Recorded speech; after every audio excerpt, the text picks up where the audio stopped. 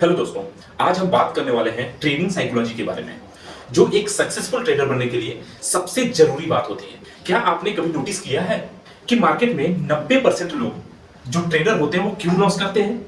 Reason सिर्फ उनकी strategy का नहीं होता, बल्कि उनका माइंडसेट का होता है।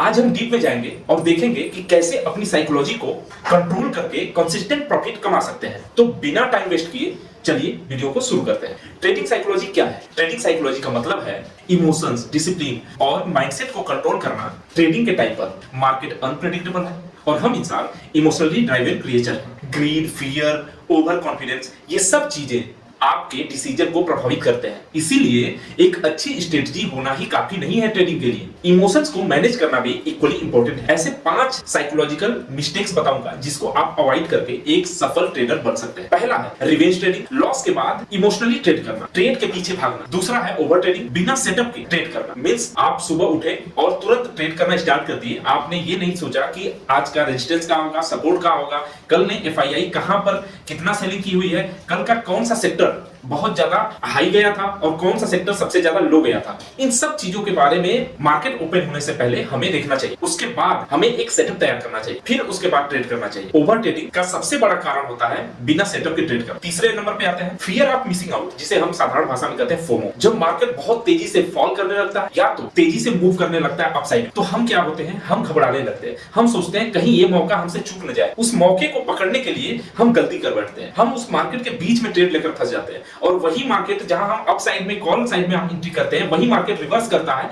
तो हमारा क्या होता है, बहुत तेजी से पूरा का पूरा कैपिटल वाइप आउट हो जाता है। ये गलती मैं बहुत बार किया, इसको बहुत दिन लगा मुझे अपने सबकॉन्शियस माइंड में ऐड करके अपने आप को सुधारने में लगा, क्योंकि ये गलती मेरे से बहुत ज्यादा होती है। मुझे फोमो बहुत ज्यादा होता था। ये बहुत बड़ा मिस्टेक है। अगर आप सक्सेसफुल ट्रेडर होना चाहते हैं तो इसको बिल्कुल अवॉइड करें। होल्डिंग लूजिंग ट्रेड, ये भी बहुत बड़ा चैलेंज होता है, खासकर बिगिनर ट्रेडर जो होते हैं उनके लिए बहुत बड़ा चैलेंज होता है, क्योंकि जब लॉस हो रहा होता है तो उसे कट करना सबके बस की बात नहीं होती है। वहां पे एक फियर होता है, एक ग्रीड होती है, कहीं ना कहीं हमें डर लगता है कि जैसे हम कट करेंगे मार्केट कहीं रिवर्स न चला जाए। हम इस एक्सपेक्टेशन में रहते हैं कि कभी ना कभी तो मार्केट हमारे साइड में जाएगा। तो ये भी एक बहुत बड़ा टास्क होता है। 5वें नंबर पे आ जाता है ओवर कॉन्फिडेंस। जब हमें 2-3 ट्रेड में प्रॉफिट हो जाता है तो हम क्या करते हैं, ओवर कॉन्फिडेंस में आ जाते हैं। हम बार बार ट्रेड करने की कोशिश करने लगते हैं। 5वें नंबर पे आ जाता है ओवर ट्रेडिंग। हम क्या करते हैं कि 2-3 ट्रेड अगर हमारा सही निकल जाता है उसके बाद क्या करते हैं, अपने रिस्क को बढ़ा देते हैं। जहां हम रिस्क कम लेंगे वहीं पे हमारा 2-3 ट्रेड विनिंग ट्रेड होने के बाद हम क्या करते हैं, अपनी ट्रेडिंग स्टाइल को चेंज कर देते हैं। ये बहुत बड़ा ओवर कॉन्फिडेंस का लक्षण होता है,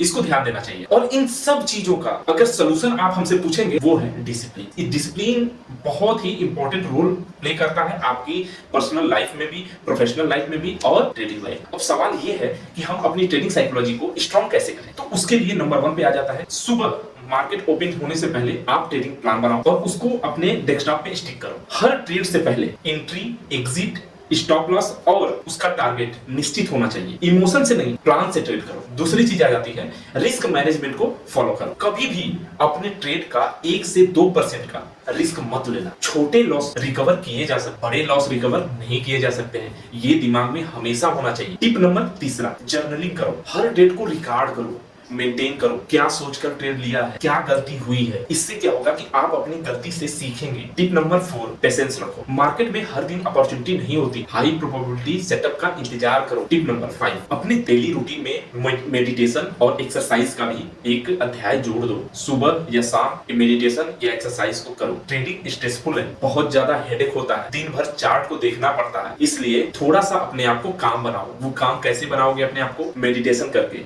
या एक्सरसाइज करके। डेली 10 मिनट आप मेडिटेशन करते हैं तो वो आपको इमोशनली स्टेबल बनाएगा। और ट्रेडिंग का सबसे बड़ा घातक चीज अगर कोई चीज होता है तो वो होता है इमोशंस। आप भी जानते हैं ये चीज। अगर आप सक्सेसफुल ट्रेडर के बारे में जानना चाहेंगे, अगर सर्च करेंगे तो एक चीज कॉमन मिलेगी हर ट्रेडर के बारे में जो सक्सेसफुल है, उसका डिसिप्लिन और पेशेंस। ये दोनों जिस ट्रेडर के अंदर है वो सक्सेसफुल है। अगर आप अनसक्सेसफुल हैं तो कहीं ना कहीं आपके अंदर पेशेंस की कमी है, डिसिप्लिन नहीं है आप। तो सबसे पहला काम डिसिप्लिन और पेशेंस रखना शुरू करिए। लाइव मोर, वॉरेन बफेट जैसे हजारों करोड़ कमाने वाले ट्रेडर्स में एक कॉमन बात बात यही रही है कि वो क्या है, इमोशनली स्ट्रांग रहे हैं, अपने इमोशंस पे कंट्रोल किए हैं, अपने साइकोलॉजी को कंट्रोल किए हैं। अगर वो कर सकते हैं तो आप भी कर सकते हैं। हाँ, थोड़ा समय लगेगा लेकिन आप जरूर कर सकते हैं। आप एक ना रोबोट बनिए, इमोशनल ट्रेडर मत बनिए। जैसे कि मुझे ये करना है तो करना है, नहीं करना है तो नहीं करना है, सिंपल सा। अगर मैंने आज अपने डायरी में नोट किया है कि ये चीजें मुझे नहीं करनी है, आज सिर्फ 3 ट्रेड लेने हैं तो लेने हैं, उसके बाद मुझे नहीं करना है। मैं एक रोबोट हूँ, जो मैंने लिख दिया उसे ही करना है, तभी तो आप कुछ कर पाओगे, नहीं तो डेली का वही दिनचर्या हो जाएगा। दोस्तों, ट्रेडिंग एक मेंटल गेम। सबसे पहले मार्केट को बीट करने से पहले